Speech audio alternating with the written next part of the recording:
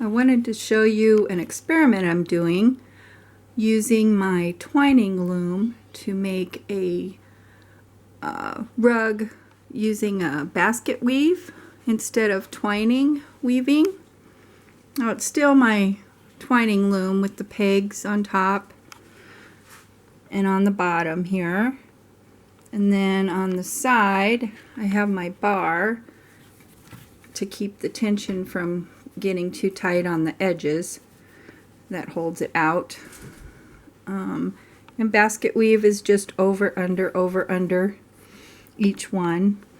I did have well, it wasn't a problem, but I have 35 pegs across the top.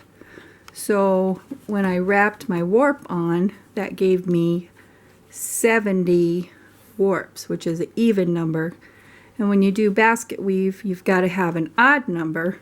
Otherwise, when you turn here, you're gonna, instead of turning and going over the next one, you would be right on top of this one and still be over under matching the row below it.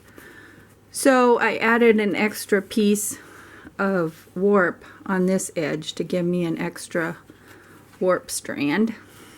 And then watching videos on basket weave and the different ways that they do it, instead of pulling it, the new sheet material, straight across, they curve it up when they go across and then pack it down from the center, and that keeps the tension from getting too tight also.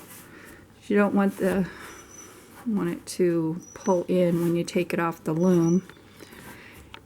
Anyway, this is just an experiment. We'll see how it goes. But you pack it down like that. And I had a problem too. My center was a little raised up, so I had to go down here and kind of just scoot down each row like this, and then until I got up, and then I leveled it out. But hopefully it'll turn out. It's going really quick. There's a knot. I tried to put most of the knots on the back, but that one turned out on top. But it's pretty easy, really, as long as you keep your over-under straight. And then here at the edge,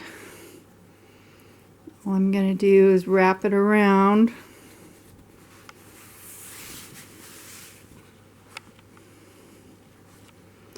Like that. And then see this one here, the bottom, the row below, that goes behind this one. So now this row will go on top of that one. Behind, on top, behind, on top. Like that. It's pretty simple. But it's similar to what they call a pot holder rug. Like the old pot holder looms you had when you were a kid, except they had pegs along the edge, so I'm not going to have to crochet the loops to keep it held together. I have these slip knots here at the beginning where I started warping, and then down at the end there was one that I already covered. But when you go through this, you just go through part of the slip knot here as one warp, and this as the other warp, and then that keeps your weft from falling off. So it holds together. There's no sewing or anything. And that's it. If it turns out, I'll do another video to show it.